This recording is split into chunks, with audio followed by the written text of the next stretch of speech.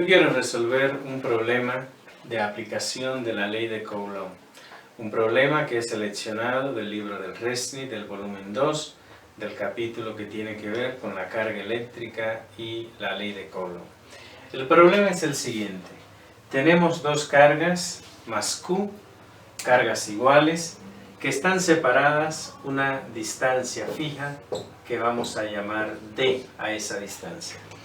Y ahora se considera que en la línea que une a esas dos cargas, en el punto medio, colocamos a una carga de prueba menos Q, una carga negativa.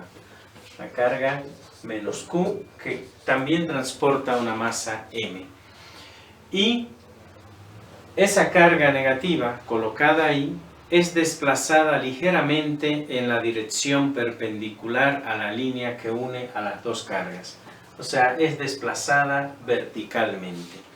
Lo que se nos pide entonces es mostrar que esa carga, al ser desplazada ligeramente en la dirección vertical, va a experimentar un movimiento armónico simple de periodo dado por esa expresión que está ahí.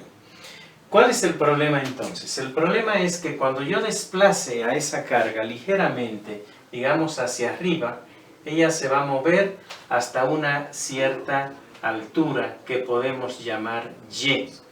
Se va a desplazar ahí.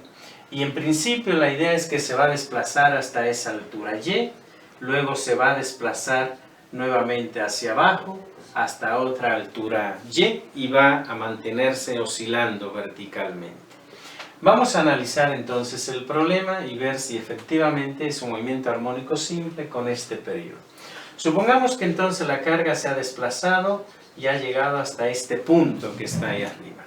Cuando la carga ha llegado hacia ese punto, como es una carga negativa, esta carga positiva ejerce una fuerza de atracción que vamos a señalar aquí sobre esta línea, digamos una fuerza que viene hacia acá. Y esta carga positiva también ejerce otra fuerza de atracción que viene hacia acá. Por simetría, la sumatoria de fuerzas en el eje X es igual a 0. Pero hay una fuerza neta hacia abajo que jala la carga hacia abajo. Igual, cuando la carga que está siendo jalada hacia abajo, entonces se mueve hacia abajo y llega hasta aquí, ahora las fuerzas que se van a experimentar sobre ellas es una fuerza de atracción de la carga de la izquierda hacia allá y hay una fuerza de atracción de la carga de la derecha hacia allá. ¿Y qué va a suceder? Nuevamente la sumatoria de fuerza en el eje X es 0, pero ahora hay una fuerza neta hacia arriba, que entonces la jala otra vez hacia arriba. Y eso hace que esa carga se mantenga oscilando hacia arriba y hacia abajo. Bien, dicho eso entonces vamos a hacer el planteamiento de las fuerzas acá. Entonces, de entrada sabemos que la sumatoria de fuerzas en el eje X es igual a 0, simplemente por una cuestión de simetría del problema. Y tenemos una sumatoria de fuerzas en el eje Y, que va a ser igual a la fuerza 1 en Y, voy a llamar con fuerza 1 a la que ejerce la carga de la izquierda, más la fuerza 2 en Y, de esa manera. ¿Quién es F1Y y F2Y? Bueno, de entrada también por la simetría del problema, F1Y es igual a F2Y. O sea que la sumatoria de fuerza en el eje Y es igual a 2 veces F1Y. Y F1Y será el valor de F1. Vamos a plantear aquí que tenemos este triángulo que forma un ángulo θ por el seno del ángulo θ, o sea, la componente que tenemos, ¿no? Entonces la sumatoria de fuerzas en el eje Y es 2 veces F1 por el seno del ángulo. Eso es lo que vamos a tener. Entonces resta plantear quién es F1. F1 es la constante de Coulomb por el producto de las cargas entre la distancia de separación. Vamos a calcular la distancia que hay de esta carga a la carga de prueba cuando esa carga de prueba se encuentra aquí. Como la distancia total es D, esta parte de aquí es D sobre 2 y esto es Y. Entonces aquí tenemos la distancia al cuadrado, entonces vamos a tener D sobre 2 al cuadrado más Y cuadrado. O sea que aquí vamos a tener D cuadrado sobre 4 más Y cuadrado. Eso es F1. ¿Y quién es el seno de teta? El seno de teta es el cateto opuesto, que es y, entre la hipotenusa, que es esa misma que está ahí, la raíz cuadrada de eso. Entonces vamos a tener d sobre 2 al cuadrado sobre 4 más y cuadrado, pero eso elevado a la 1 media.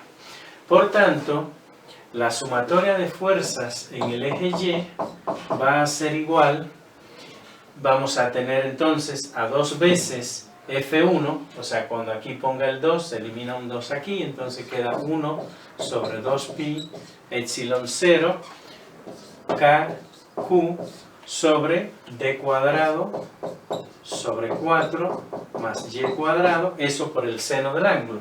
Entonces sale una y aquí y esto queda elevado a 3 medios. Esa es la sumatoria de fuerzas en el eje Y. Y ahora, no olvidemos que estamos diciendo que tenemos un pequeño desplazamiento en la dirección vertical. Por tanto, esta y que está en el denominador la puedo eliminar. Si la y es pequeña elevada al cuadrado es mucho más pequeña, sumada a esto no va a contribuir. No la puedo eliminar aquí arriba porque la solución es trivial, pero sí la puedo eliminar aquí debajo. Y entonces la fuerza total en y la vamos a escribir. De una vez aquí lo hago. Cuando yo elimine esta y aquí, entonces me queda d cuadrado sobre 4. La raíz cuadrada de eso es d sobre 2.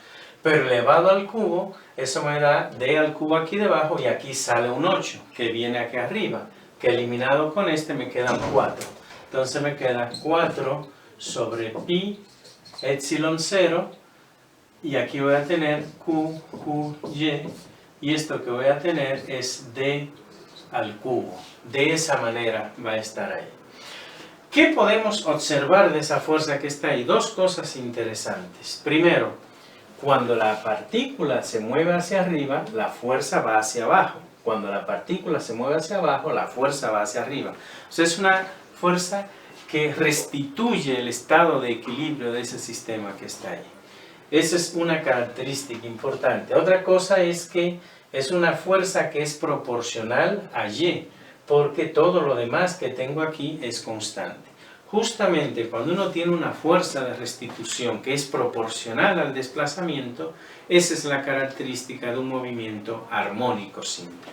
Entonces, esta expresión que está aquí muestra que lo que tenemos es efectivamente un movimiento armónico simple, y de hecho pudiéramos decir que esa fuerza es negativa, en ese sentido de que restituye el movimiento. De la misma manera que en la ley de Hooke tenemos que F es igual a menos K por X. Aquí tenemos exactamente la misma expresión. Una fuerza que restituye el movimiento de manera proporcional al desplazamiento. Entonces, eso dice claramente que este es un movimiento armónico simple. Como es un movimiento entonces armónico simple, comparando con la ley de Hooke de la forma F igual a menos K por X, vemos que podemos identificar la K como 4 veces el producto de la carga entre pi epsilon 0 d al cubo. O sea que la K la podemos escribir como 4Q sobre pi epsilon 0 d al cubo. Ahora, sabemos en este caso cómo es el período. El período está dado como 2pi por la raíz cuadrada de m entre k.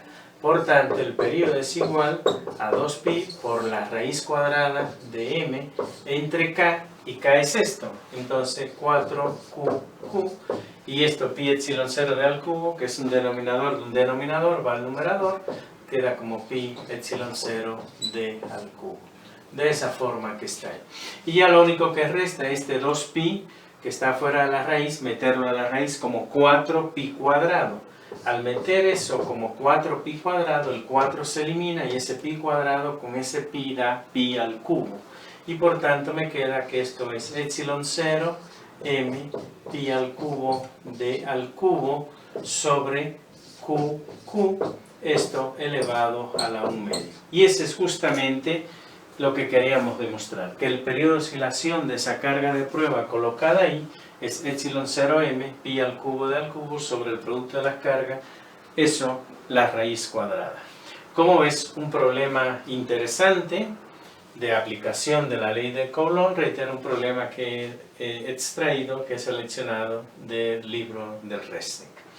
Espero pues que te haya quedado claro cómo se resuelve este problema. Si es así, si te ha gustado la explicación, te invito a que le des like y que me sigas en mi canal.